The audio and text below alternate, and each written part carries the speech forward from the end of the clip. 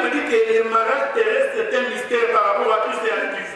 Donc naturellement, même l'homme, dès que tu as déposé ta semence de la femme, tu peux commencer à donner des hommes. Mais au début, tu ne pouvais pas dire, la maintenant, qu'est-ce qui te donne ce droit-là? C'est la semence. C'est pourquoi nous, en tant qu'Église, naturellement, même l'homme, dès que tu as déposé ta semence de la femme, tu peux commencer à donner des hommes.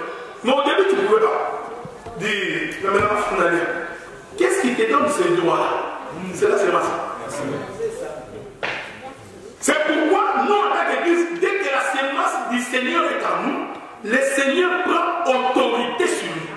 Voilà pourquoi il dit, quand vous vous assemblez, en ce moment-là, il faut que l'homme naturel se mette debout pour confirmer l'enseignement.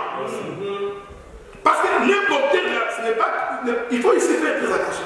Le problème, ce n'est pas que, parce qu'il y a des hommes comme nous, mais qui sont des femmes. Ils prennent la chair, mais c'est une femme. Vous comprenez? Voilà, il y a des pasteurs même, parce que quand je parle de l'homme ici, il faut oublier d'abord l'homme en partant. Mais Dieu voudrait que pour que la doctrine respecte la révélation. Donc, quand nous entrons comme ça, dès que nous voyons un homme qui est en train d'enseigner, ça enseigne aussi le peuple. Pour dire, waouh, Dieu comme homme, il enseigne à l'Église. Mais quand nous voyons une femme qui se met debout, c'est une relation de lesbienne. C'est ça les passions. C'est une relation de femme à femme. Et Dieu dit, une telle chose ne peut pas hériter le royaume. Est-ce que vous comprenez? Maintenant, hier, j'ai parlé avec mon père et le pasteur Isaac hier. J'ai évoqué des écritures pour démontrer ça. Regardez, frère. Quand Dieu a fait le tabernacle, et que Dieu décide de choisir les gens qui vont porter l'arche, parce que l'arche c'était Dieu. Pourquoi Dieu n'a pas choisi les femmes? Vous pensez que Dieu ne savait pas qu'il y a des femmes déjà? Qu'il n'y a pas de femmes fortes? Mais pourquoi Dieu a-t-il choisi des hommes pour porter l'arche? Est-ce que vous comprenez? Même quand Judas a vendu Jésus, pourquoi on n'a pas récupéré Marie de Magdalene? Apôtresse. Non. Donc, toutes ces choses ont une signification. Bonsoir, pasteur. Bonsoir, ma soeur. Comment ça va? Je vais très bien. Et comment ça s'est passé? Pas très mal. Ça s'est très bien passé sous la grâce du Seigneur. D'accord. J'avais juste quelques questions que j'aimerais rajouter et poser par rapport à ce que vous avez dit aujourd'hui. La Bible nous dit qu'il y a l'Ancien et le Nouveau Testament.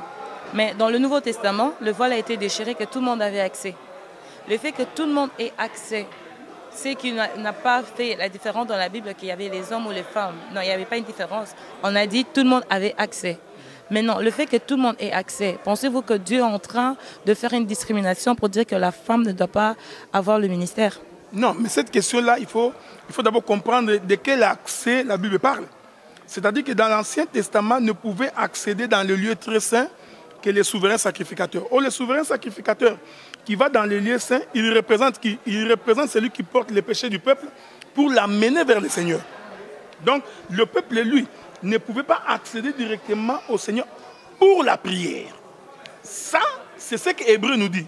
Quand Hébreu dit que le voile a été déchiré pour que nous puissions avoir accès et qu'il a fait de nous un royaume de sacrificateurs, c'est pour dire qu'en ce qui concerne la prière, et les hommes et les femmes, tous nous avons accès pour prier.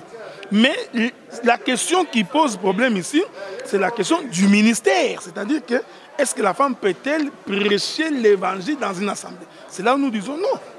Mais cette question que vous avez soulevée, c'est par rapport à la prière. Parce que dans l'ancien temps, seuls les sacrificateurs accédaient au lieu très saint pour prier pour le peuple. Mais aujourd'hui, dans la Nouvelle Alliance, et nous, et les hommes et les femmes, pour ce qui est de la prière, le voile est déchiré, nous avons tous accès. Vous avez donné un exemple. Pendant la prédication, vous donnez un exemple en disant que la femme ne peut pas faire le ministère. Pourquoi? Parce que au moment où il est avec son mari à la maison et qu'il y a un de fidèles qui l'appelle à 3 h du matin et que la femme ne pouvait pas se lever pour aller faire le ministère. Mais maintenant, je repose cette question. Maintenant, si c'est le fidèle qui appelle l'homme à 3 h du matin pour aller faire le ministère, l'homme va-t-il sortir ou pas? Ah bien sûr. Mais la question... Pourquoi l'homme doit sortir et pas la femme? Mais pourquoi j'ai évoqué cette écriture, cet exemple? Je l'ai évoqué parce que la Bible dit que la femme est soumise à l'homme, l'homme n'est pas soumis à la femme. Je m'excuse beaucoup, je suis en train de parler de l'évangile. Donc la Bible dit que toute femme doit être soumise à son mari.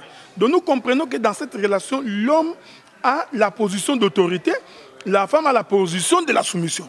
Donc c'est cette écriture-là qui fait en sorte que pour qu'une femme sorte de chez elle la nuit pour aller quelque part, elle doit avoir l'autorisation de son mari. Mais il n'y a pas un problème. On est tout à fait d'accord avec ça, que non, la femme doit avoir l'autorisation de son mari. Et maintenant, pour que l'homme puisse sortir, a-t-il l'autorisation de sa femme ou pas? Non, mais l'homme, c'est parce que là, le ministère, dans ces conditions... Non, le fait que l'homme ait le ministère, il fait ce qu'il veut. Non, il fait ce que Dieu lui demande de faire. Et je crois aussi que... C'est pas ça qui cause problème dans le couple, qui fait que les hommes de Dieu ont beaucoup. Mais non, ils ont tellement de divorces, à cause de « j'ai l'appel de Dieu, je fais ce que je veux ». Mais c'est parce que justement, on a affaire à des hommes de Dieu, des aventuriers. Permettez-moi de vous le dire comme ça. Donc, je ne pense même pas que ça c'est un homme. Ils ont dit qu'ils ont reçu l'appel. Ils ont reçu l'appel, ils ont entendu la voix de Dieu. Ils ont dit. Est-ce que réellement c'est Dieu qui avait dit? C'est ça toute la différence. C'est-à-dire que ce que je voudrais dire ici, une bonne femme qui a un bon mari, le mari qui croit au Seigneur, la femme qui croit au Seigneur, elle sait que dans le ministère, quand on appelle l'homme au travail, il y va pour le travail. Malheureusement, c'est ce que j'ai dit. Cela ne peut pas nous empêcher de dire la vérité. Malheureusement, aujourd'hui, il y a beaucoup de gens qui profitent derrière ça pour aller faire des bêtises. Malheureusement. Mais la vérité, elle est celle-là. C'est-à-dire que l'homme, comme étant l'autorité dans la maison, elle informe sa femme. La femme sait que par rapport au ministère, il peut sortir pour aller servir le Seigneur. Mais la femme, comme elle est soumise à son mari, c'est cette condition-là qui la lie pour ne pas sortir. Mais je sais qu'il y a beaucoup d'hommes qui saisissent cette opportunité-là pour aller faire des bêtises. Nous déplorons, c'est ce que nous condamnons. Je ne sais pas si c'est votre façon de penser. Je ne sais pas si je pourrais dire votre façon de penser. Je ne sais pas si c'est l'éducation, culture qui influence peut-être votre compréhension à la parole de Dieu en concernant la femme. Parce que tout ce qui est Moulouba et tout, ils ont cette culture que la femme doit être soumise et tout. Peut-être le fait d'avoir cette culture, sans toutefois le savoir, qui influence peut-être la compréhension à la parole de Dieu. Ah non. Moi, surtout concernant la femme. Moi, je suis chrétien, regarde.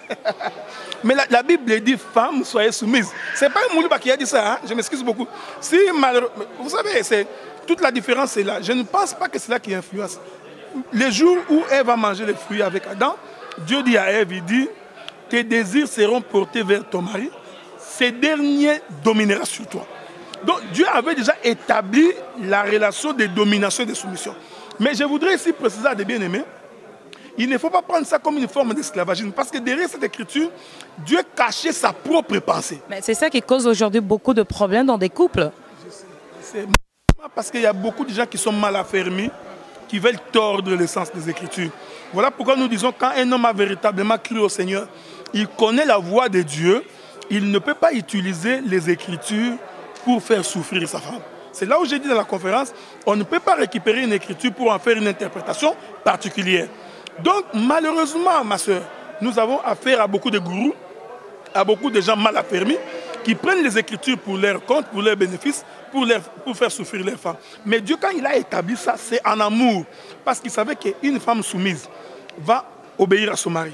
Et Dieu dit, n'oubliez pas ça, vous oubliez. Dieu dit, mari, aimez vos femmes. Donc, un mari qui aime sa femme ne va pas la tromper. Un mari qui aime sa femme ne va pas la maltraiter. Un mari qui aime sa femme ne dira pas que je vais dans un culte alors qu'il va ailleurs. Vous êtes d'accord avec moi, avant que la femme soit soumise, c'est d'abord à l'homme d'aimer? Oui, parce que c'est toujours l'homme qui commence par aimer.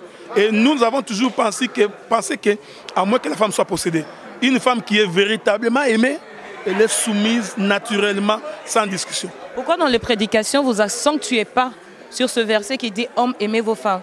Vous accentuez plus sur la soumission, mais pas sur l'amour de l'homme envers la femme. A été posé sur le ministère de la femme, on n'avait pas le choix que d'en parler. Mais quand vous nous suivez dans d'autres prédications et enseignements, nous sommes en train d'expliquer que l'amour, d'ailleurs nous avons toujours dit, la femme n'aime pas. C'est l'homme qui aime. C'est pourquoi nous avons même dit, quand tu aimes la femme, il faut lui dire que tu l'aimes. C'est lorsque tu l'aimes qu'elle va manifester l'amour. Malheureusement, comme on était dans une conférence, la question qui nous a été posée, c'était la question de la femme qui doit... Il faudra faire des conférences pour apprendre à l'homme à pouvoir aimer la femme. Le micro du pasteur Bobo. Bien suivi, selon vous, il n'y a pas de bons prédicateurs femmes? Prédicateurs, pas dans le sens... Par rapport au talent, donc, une femme ne peut pas maîtriser la parole, selon vous? Bon, elle peut maîtriser la parole, mais cependant, il est défendu à cette femme de prêcher, de la présenter. Donc nous avons des sœurs, parce qu'on n'a pas donné cette opportunité à nos sœurs. Mais nous avons des sœurs, si vous leur donnez un micro, et que si Dieu avait permis à nos sœurs de prêcher, je vous dis, les choses qu'elles vont vous rencontrer, vous allez dire, mais quelle connaissance, vous voyez? Donc, il y a des femmes qui ont la connaissance de Dieu, mais parce qu'elles connaissent la doctrine, elles connaissent, savent que dans les Écritures, il est défendu à une femme d'ensemencer. C'est là où nos sœurs, en tout cas, se réservent pour ne pas donner cette sémence. Voilà. Bien, aujourd'hui, on a écouté